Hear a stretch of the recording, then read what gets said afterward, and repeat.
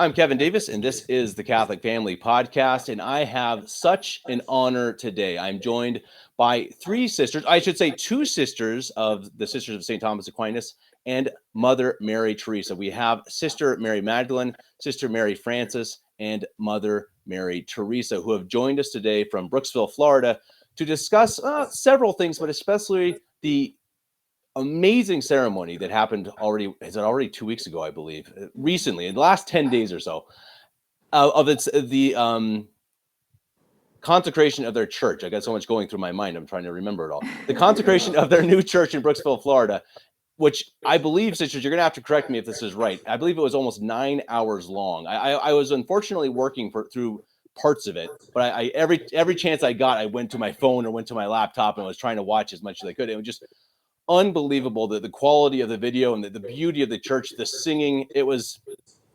truly otherworldly, and that's not hyperbolic. It was something that was and that was over the internet. It was otherworldly to witness. So sisters, Mother, thank you very much for coming. And I guess, Mother, I'd ask you first, I guess, who are you? Who are the Sisters of St. Thomas Aquinas? Well, the Sisters of St. Thomas, we are a congregation located in Florida, and we were founded in 2005 by Bishop Selway and Bishop Sanborn.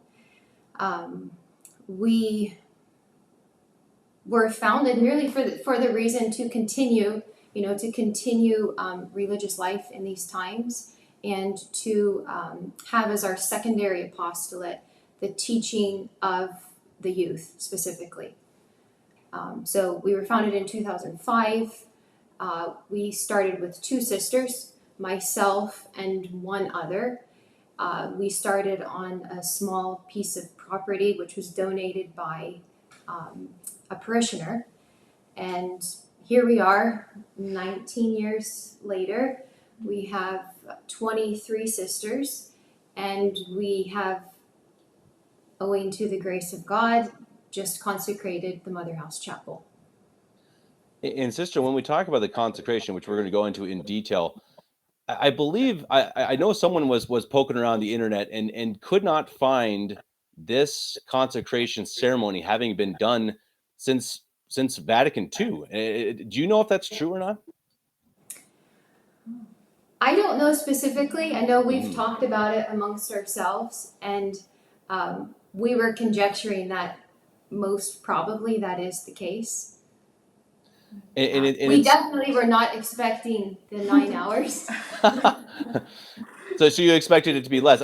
Because I had heard before the ceremony, I think I'd heard it's going to be 5 or 6 hours long, and so I thought, whoa, okay, that's a doozy. That's going to be a hard day. And I came back after the end of the ceremony, and it was 8 hours and 50 minutes or something. How on earth is this happening? And the amazing thing, sisters, I don't know if you all sing in the choir, but I believe the sisters were singing practically throughout. Every time I popped on, the sisters were singing. That was a pretty impressive feat. And was that something that I guess if you didn't know it was going to be 9 hours, as someone who's directed choir a little bit, did you have to kind of ad lib and add on music, or how did that work if it was so much longer than expected? A little bit, yes. I think for a few of the parts of the consecration, for instance, the anointing of the crosses, we did have to do some repeating of the psalms, and for the most part, you can tell that the music was all, in a sense, planned in such a way that it would coincide with the length of each part of the ceremony. Mm-hmm. So, in the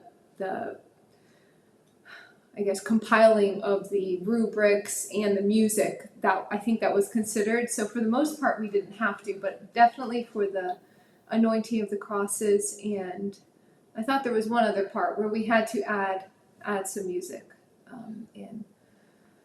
Well, I'm glad you bring that up, sister, the compiling, because I imagine, I guess that's the first question I'd ask for going back to the church itself. How long has the construction been underway for the construction of the church? So we actually, to prepare for the consecration, we drew up a little timeline, and I think it ended up being 10 years. Right. Wow. Well, 2013. 10 years from really the first, when we first had the idea to, to build, we had to build something, right? Until today, it was 10 years. Mm-hmm. So a Wow. decade. Wow. So all of that time, all of that work and effort and blood and sweat and tears all led to that to the 9-hour ceremony, which I imagine you sisters will never forget. And I mean, those who had got to experience it. And that was something I was wondering as I was watching, sisters. I'm kind of all over the place, but how many parishioners fit in that church approximately? So we fit for the ceremony, I think we had about 130 people Oh, okay. in there. Yeah. So, again, that was very, that was probably one of the most difficult parts about the ceremony, because it was not geared towards having people attend, making it easy for them, because you had all of these, the people were not allowed in the church until the relics were brought over, right? So the problem was, okay, where do the people go during that time, because it's Florida, May, they can't stand outside and roast in the heat, so we had to figure that out. And then you have to figure out, okay, how do you clean up the ashes on the floor and set it up as a church for the people to come in while the procession is going over to retrieve the relics and bring them back to the church. Wow. So just the whole setup for this must have been just unbelievable. So I mean, how long did that take just to plan? I suppose the rubrics. I mean that had to have taken weeks, I'm sure. Right. I think we started back in March. Was that I started hearing about it. February. Wow, Yes. That's incredible. Well, and when you watched it, I think that was part of what was really amazing about it, though, was the length of it. That we're used to it when we go to these ceremonies, especially during Holy Week. Holy Week is much longer, and so we make it through it and we say, wow, that was very long. But there's still something that's so impactful with Holy Week, because you get almost that ancient feeling, right? I think you get that kind of like, wow, this is that real ancient ceremonies of the church, the real lasting liturgy. And so when you watch again this ancient, you could just tell again, even online, how that's the Catholic Church. I mean, it was so incredible to watch, because this is something that's happening in Florida. I'm in Germany, but I could still tell with the beautiful production process and everything that went into it, just that's Catholic. And I think sisters and mother, I'd imagine you would agree with me that that's such an important thing for who we are, as traditional Catholics. We get called sede vacantis, but what we are, of course, are Catholics. And I think to have a ceremony like that, that's such a step. I mean, that was just incredibly impactful for me. Do you feel the same? Yes. Yes, it was really no words to describe what it meant really to all of the sisters, to go through the ceremony, and then after the ceremony to look at the chapel and to ponder what had just taken place. Before it was a building, and now it is a church, a chapel. And maybe mother, I'm sorry, go ahead, sister, please. That the full schedule was supposed to have Vespers and Benediction after the dinner, and I think up until then everyone had been so busy for the past several months. But at Vespers, when we completed it, we sang the Te Deum in the church, and the Blessed Sacrament is present. And I felt like at that moment, it finally, for the first time ever, I looked at it like a church. Wow. I was looking around praying, as we do every day. But that for me was. It was completely different. Yes. As they say. Interesting. Made new. It was. Wow. It was a new building. Wow. And so what's the difference then? And I don't know if you're the ones to ask for this even, but I mean, what is the difference between that and say all the other churches that we attend? I mean, I'm sure Bishop Selway has his own church in Florida, and Bishop Sanborn is in Pennsylvania now. What's the difference between that and having that church? What's the word? It's not blessed, but it's also not consecrated. Do you know the difference between the two? Blessed, yes, blessed. The altar can be dedicated, right? Um, I think you mean the difference between a church that is consecrated and is not? Correct. Well, I think it's primarily, the fact that for something to be consecrated, right, it means that it is set aside as something sacred for that purpose alone. And because of that, when you pray in a consecrated church, you might say you do receive more graces than you would if you were not in a consecrated church. There's more protection in that church, in that place there from the devil than in any other place. So you might say it's easier to pray in a consecrated church. I think all the sisters commented on that. Yes. It's easier Wow. to pray in that chapel. Wow. Well, that's so interesting. I'm sorry. Go ahead, sister. Also, too, just the material aspect of it, because it's set aside, the requirements to ensure it is permanently consecrated to that. I think that also materially makes it different. The walls being of solid stone and everything. And I think that's an amazing thing that you see, that it's something I talk about on the podcast all the time, this battle that we have against, kind of good versus evil. And I think we often think of it as this, of course it is a spiritual battle, but I think of it, or many people think of it as this kind of unreal, kind of like in the clouds. It's not an actual thing. And I think when you see something like this happen, and then you can still, you actually go in and actually feel the difference, the actual grace, the actual spirit, that's there. I think these types of things show, and they prove that it's real. Like grace is real. It's an actual. It's. I guess it's not tangible. You can't physically feel it, but I think that's an incredible. It's an incredible story to hear that, because I think, again, it gives validation to what we do. I mean, who are we? Well, why are we here? I mean, of course, as Catholics, and I think that's. I think it's a nice thing to see too, that the beauty. I'm an old fashioned guy too when it comes to music, especially.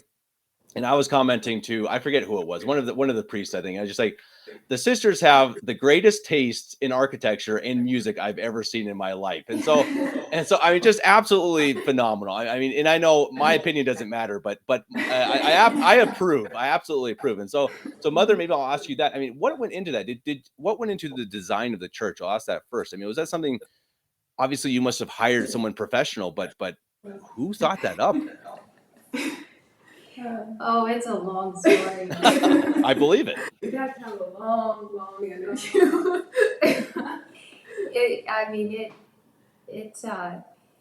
It was a long road, because we couldn't find anybody to really design what we wanted. Bishop Selway always told us that, sisters, it's important that, what we design is going to lead us up to heaven, right? Be uplifting, as you said, right? So the architecture uplifts us and is a reflection of the beauty and the glory of God. So we knew that it had to be Gothic, right? And we knew we had to find windows, right? Because Gothic is the soaring windows and the soaring ceilings. So we looked for, some architects who specialized in Gothic architecture, but they just, it just didn't work out. At that point, we kind of forced, we told Sister Mary Frances she had to learn SketchUp. And she almost lost her vocation because of it. I believe it. I remember when I was stationed in Arizona when Sister Mary Frances started the design, and what's the name of is it SketchUp? Is that the name of the program? I remember overhearing that you forgot to save your work, and I don't know if there was a power outage or something shut down, no. I heard comments, I don't know if they were exaggerated or not, but they said she might never recover. Oh no. Oh no. That was a rough couple of years. Oh. So really, you sisters designed that church. Is that what I'm understanding here? In the end. Pretty much, yes. So Wow. Sister Mary Frances came up with the actually Initial. the initial inside and outside schematic design. And Wow. then we took that to an architect and asked him to do design development. Actually, really not for the church, because we didn't have the money at the time. We thought, okay, well, we've designed the church. We now need to get help with designing the living quarters. So we hired him to do that. And then also after he was done with that, to design the outside of the church. But as soon as he got to that point, it just became very clear that it would not work. We ended up going around in circles. He would say, oh, you can't achieve that width with that height. It's not going to work. It's going to look horrible. And so every session we would have with the architect, we would end up arguing about how we wanted to stick with a schematic design, and we don't want to veer from that. And he said, come on, sisters, what you draw up on paper can't necessarily be built. And Is that a dare? Okay, well then we're gonna do it. Wow. So really then we were, by Divine Providence, we found, people along the way to help make it possible. The builder was very patient and willing to help us design the church as the convent was being built. And then we found a mason who had the ability to work in CAD as well. He actually was Bulgaria? Hungary. Mhm. Hungary. He's a third generation mason. And Wow. he was able to take what was designed, put it into CAD, and then he actually had a brother who could produce the molds and so forth. So it kind of just came together. And I was stationed in Arizona, unfortunately, most of the time, by Divine Providence, of course, but I would visit occasionally, and once in a while when I would visit, something would happen, and I'm sure it didn't really impress you very much because you were there the whole time, but I remember two things. I was here when they were trying to design the asp of the church, the crowning jewel centerpiece? The apse. Okay. The rib vault of the apse. Yes.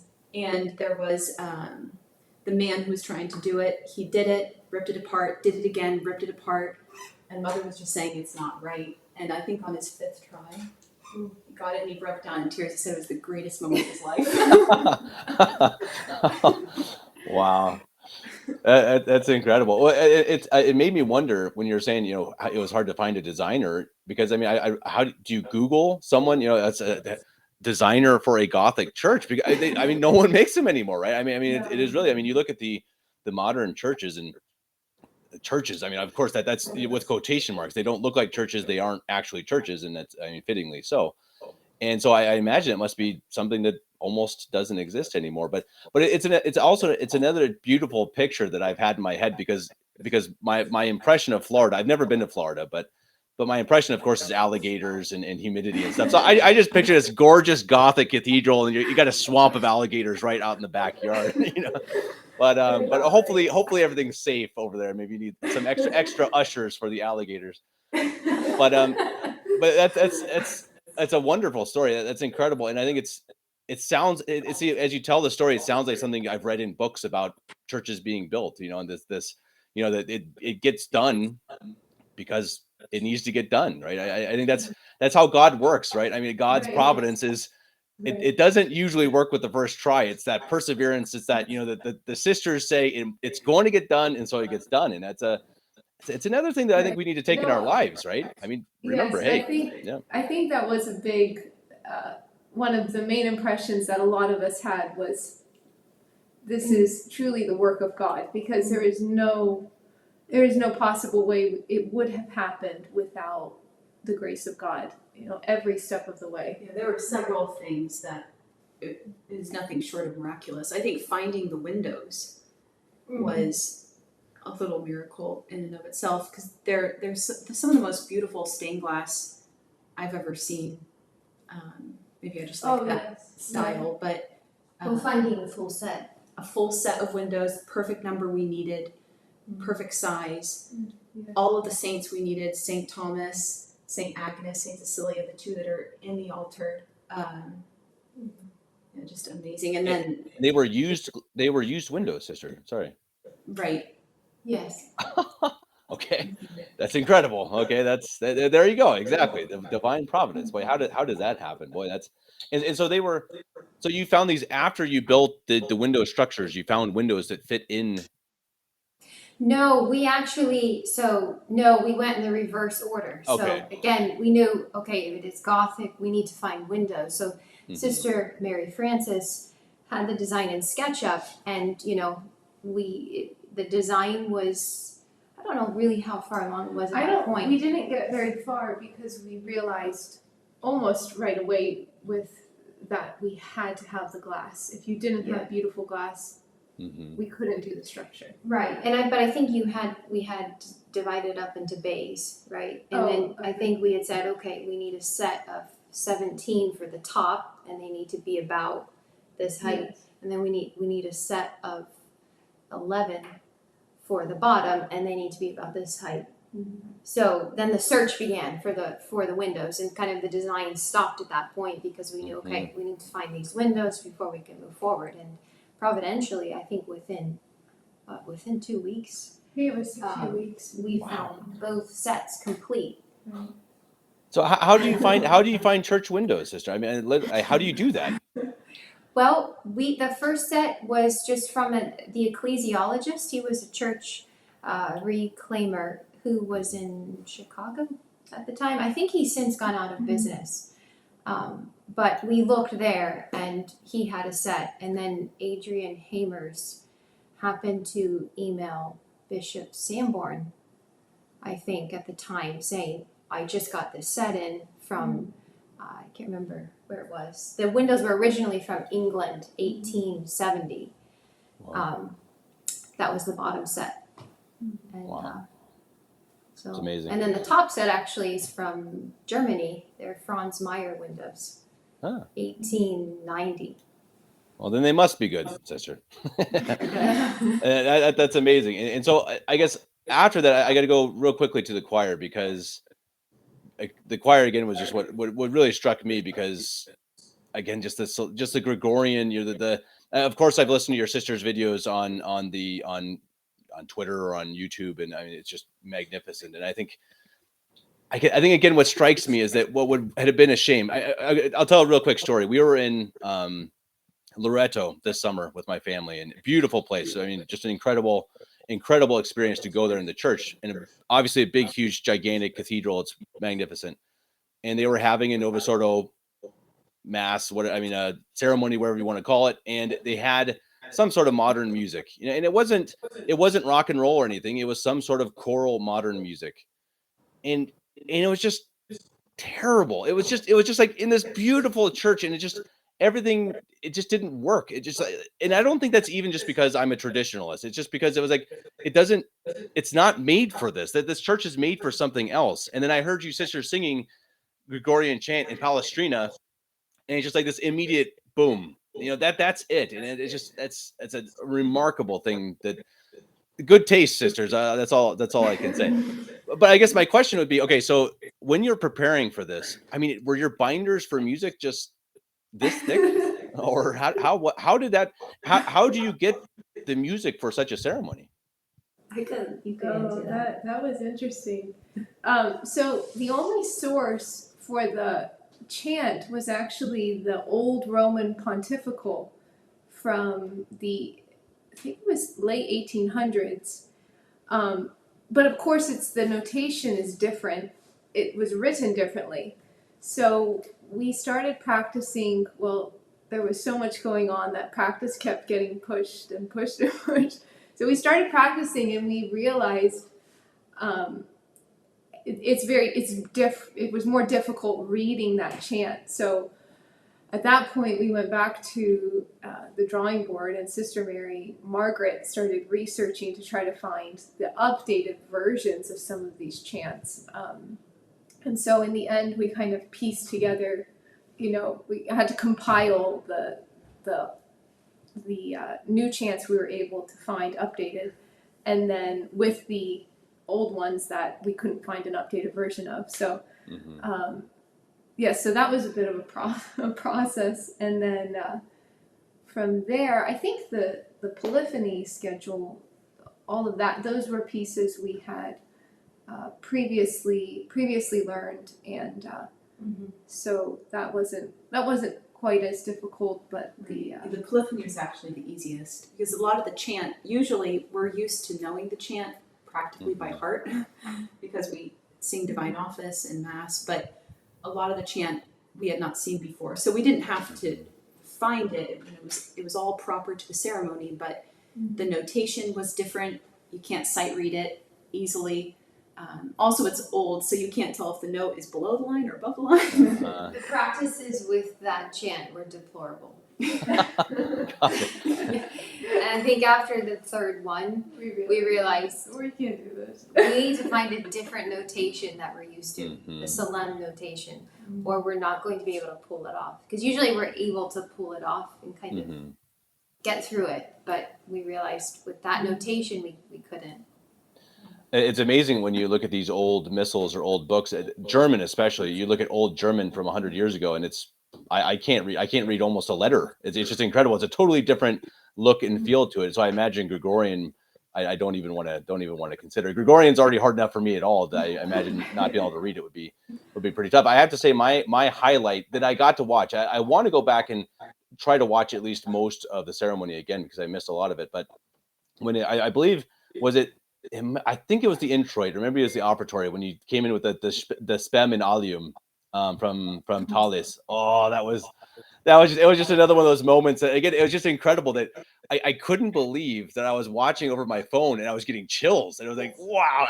So I mean, the people who are there, I can't even imagine how that must have felt, because it's like a different time, and it brings you back to this amazing imagination and wonder of what our faith is and what it's been for thousands of years, and it was unbelievable. And so how did you select these songs, the hymns, I suppose?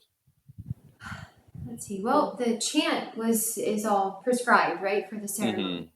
The spem and allium Bishop was requested by Bishop Selway, and we had sung that once before for his consecration, and in 2018.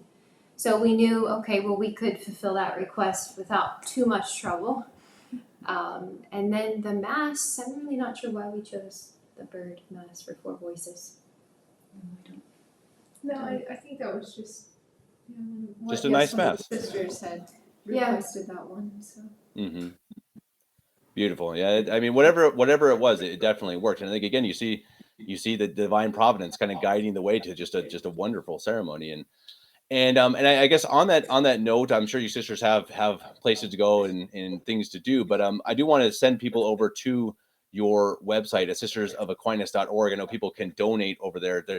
As we see a magnificent church and convent and school, well, these things of course need your help and need a little bit of money to run them and to build them. So please go to support the sisters. If there's anything on earth that is worth supporting, it is sisters teaching our children, because, well, of course, that is the most important. And that's something I would love in the future, sisters or mother, to talk in the future about what you offer for your school, because I think it's something that I've got 2 children. I have a 3-year-old and a 1-year-old, and we live in Germany where homeschooling is illegal. Thank you, Adolf, so-and-so. And from that, it's really made us really question the entire idea of schooling or of living in Germany and all this. And it's a mess. And so I've of course come across you sisters, and I heard a rumor, or I don't know if it's, I don't want to get into this topic, but just real briefly, that you sisters don't use the modern education, but more of the classical education. Is that true? Go ahead, sister. Yes, that's true. Yes, so in some things we do pull from current curricula as long as it aligns with the classical goals. So, Mhm. for instance, math and science. But yes, we try to fulfill the end of a classical education. Mm-hmm. Beautiful. Oh, I love it. Well, sisters, I'll have to beg you another time to go into that topic because again, it is maybe one of the most important topics we can have. Again, how we educate our children, because as we see in this world, boy oh boy, don't send them to public school. So we'll save that for another time. But sisters, and mother, I'll send you one last question I'd like to ask. Is there any other story or anything that happened in the building of this that was, as one of you mentioned, it was almost miraculous steps along the way? Is there anything that you missed or that you'd like to share with people that would help to inspire them and show them a little bit of the process that went into this 10-year building of a church and consecration that happened just 2 weeks ago? Wow, that's a hard question. I know, I'm putting you on the spot, sisters. I'm putting it on the spot. Choose one or? No, one does not Yeah. stick out over another, after 10 years. I mean, Sure. I would say, as Sister mentioned, for me, the highlight of everything was the Te Deum after the ceremony, seeing that it was, the project was finally completed. Mm-hmm. It's all right, sisters. No worries. I put you on the spot. Is that, and that's actually a good question. Is that Te Deum, is that available to see online, or was that not recorded? No. I actually Did you record it? recorded A little bit of it? But it's not online. But yes, I snuck a little. I had Sophia Rendon behind me, one of our students, Okay. and with her help, a little bit was recorded. Got just it. for the archives. Well, maybe sisters, if you get a free 15 minutes sometime and you can record that for us, we'll put it at the end of this video. That would be wonderful, because of course it's the praise of God and kind of the wondrous. Yeah, I mean how it's a glorious hymn of how great God is and how good we have it, I suppose. And I think that's something we need to remember in this evil world. I think I really appreciated you, sisters and mother, coming on to show that there is beauty in this world, and there's beauty in the church. It exists. We are traditional Catholics, and we're living our faith, and we're living the faith that our ancestors lived, and we hope to continue to do so. Sisters, mother, thank you so much for being on. I very much hope we can talk again sometime, again, to talk about education or whatever other topics you want to talk about, sisters. That would be fantastic. Until next time, God bless you, and thank you so much for all that you do. Thank you. God bless you.